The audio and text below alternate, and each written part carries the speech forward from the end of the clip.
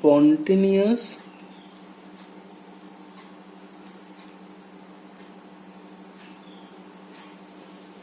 magnetization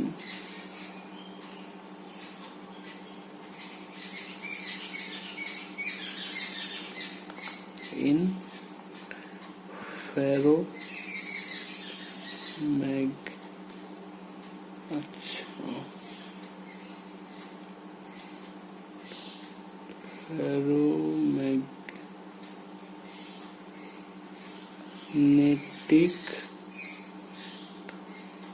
substance.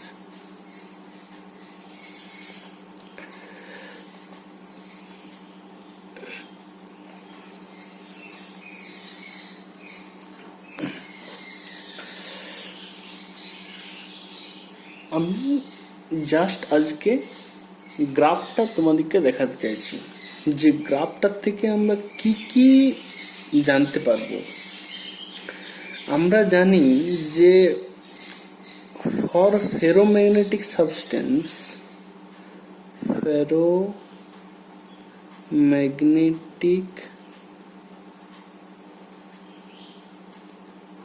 ferromagnetic substance I by Is is equal to A KT by N U square into lambda.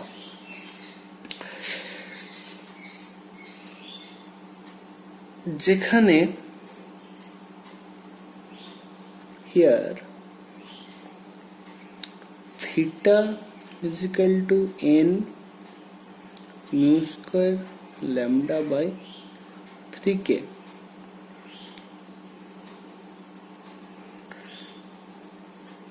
Okay, and for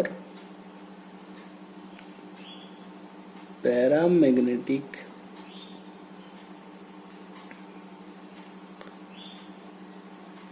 substance I by Is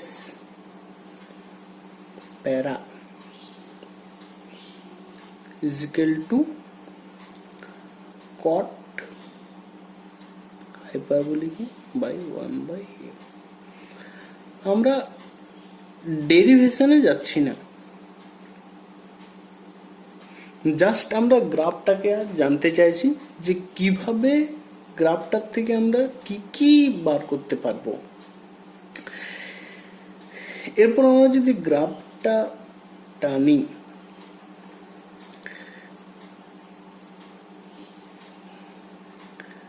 I by Is এদিকে A, তাহলে আমরা দেখব যে এই যে B number যে ইকুয়েশনটা আছে সেইটার গ্রাফটা আমরা পাবো এইভাবে। এইখানে আমরা 1.0, ঠিক আছে, that is for paramagnetic substance.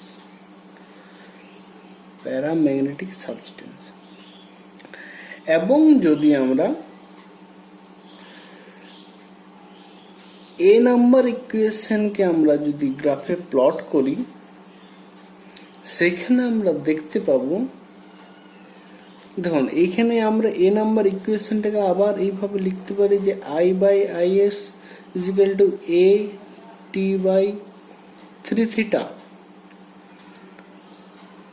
ওকে, তাহলে আমরা দেখব যে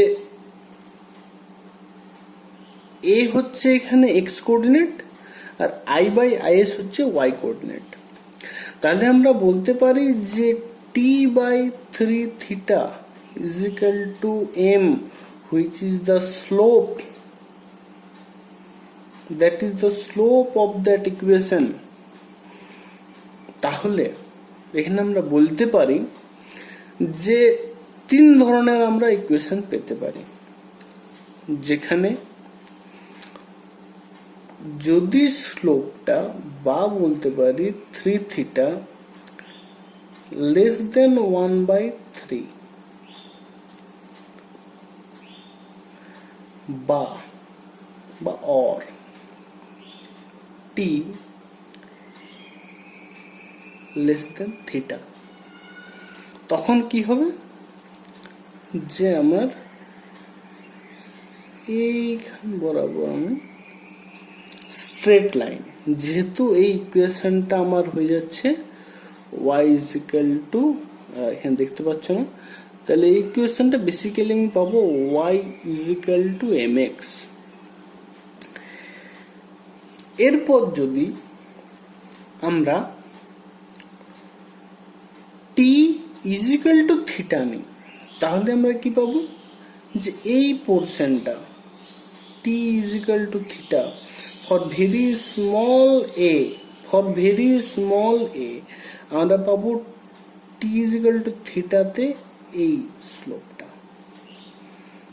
ঠিক আছে,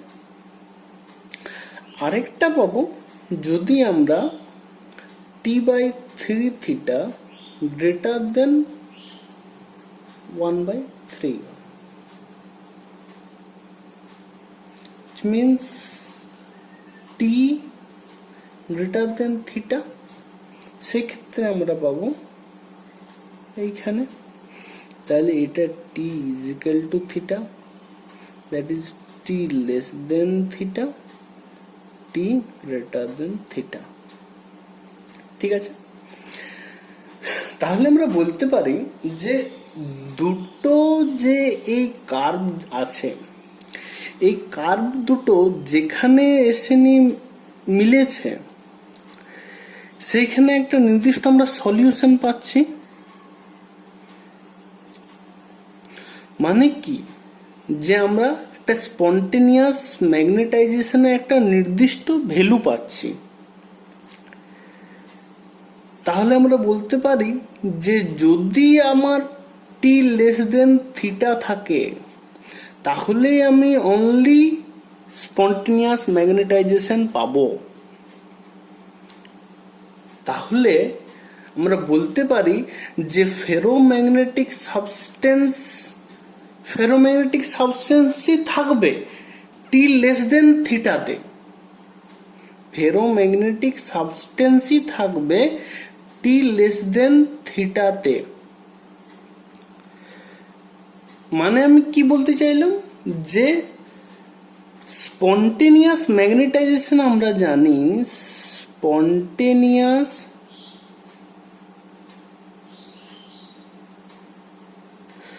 ম্যাগনেটাইজেশন অনলি ফর পাওয়া যায় ফেরোম্যাগনেটিক সাবস্টেন্সের ক্ষেত্রে।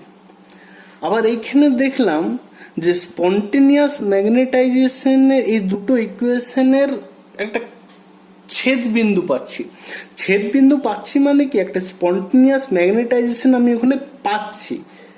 তাহলে আমি বলতে পারি যে টি লেস দেন থিটাতে আমি শুধুমাত্র স্পন্টেনিয়াস ম্যাগনেটাইজেশন পাচ্ছি। তাহলে আমি বলতে পারি যে এই ক্ষেত্রে আমি ফেরোম্যাগনেটিক সাবস্টেন্স পাবো। এরপর যদি আমার টি গ্রেটার দেন থিটা হয়ে যায়, তাহলে আমি কোনো স্পন্টেনিয়াস ম্যাগনেটাইজেশন পাবো না। মানে কি, ফেরোম্যাগনেটিক সাবস্টেন্স সবসময় প্যারাম্যাগনেটিকে কনভার্ট হয়ে যাবে। Thus we can say that theta behave as a transition temperature। মানে কি, যে থিটা হলো এমন একটা টেম্পারেচার, যে টেম্পারেচারটা যদি আমরা ওভারকাম করি তাহলে দেখতে পাচ্ছি যে ফেরোম্যাগনেটিক সাবস্টেন্স প্যারাম্যাগনেটিক সাবস্টেন্সে পরিণত হচ্ছে। যেমন এক্সাম্পল, নিকেলের 20 টেম্পারেচার হচ্ছে 627 কেলভিন। তাহলে নিকেলকে আমরা যদি হিট দিই তাহলে দেখা যাবে এটা প্যারাম্যাগনেটিক সাবস্টেন্সে পরিণত হচ্ছে। মানে কি, যে ম্যাগনেটিক মুভমেন্টগুলো যেগুলো ছিল ম্যাগনেটিক ফিল্ডের দিকে, সেগুলো দেখা যাবে যে থার্মাল এনার্জির জন্য সেগুলো ইলেকট্রিক ফিল্ডের থেকে সামান্য অন্য দিকে সরে যাচ্ছে বা অন্য কোনো কোণ করে সরে যাচ্ছে। তাহলে কি net magnetic moment per unit volume সেটা কমে যাচ্ছে। তাহলে সেটা বলতে পারি যে আমরা প্যারাম্যাগনেটিক সাবস্টেন্সের ধর্ম গ্রহণ করছে। ঠিক আছে, তেমনিভাবে আমরা বলতে পারি যে প্যারাম্যাগনেটিক সাবস্টেন্সের ক্ষেত্রেও যদি টি লেস দেন থিটা হয় তাহলে সেটা ফেরোম্যাগনেটিক সাবস্টেন্সে কনভার্ট হয়ে যাবে। প্যারাম্যাগনেটিক সাবস্টেন্সের কুড়ি টেম্পারেচার খুব কম, তাই এই নর্মাল টেম্পারেচারে ওরা প্যারাম্যাগনেটিক সাবস্টেন্সের মতোই বিহেভ করে। যদি ওই 20 টেম্পারেচারের নিচে আমরা নিয়ে যেতে পারি তাহলে আমরা দেখব যে ওটা ফেরোম্যাগনেটিক সাবস্টেন্সের মতো কাজ করছে। Thank you.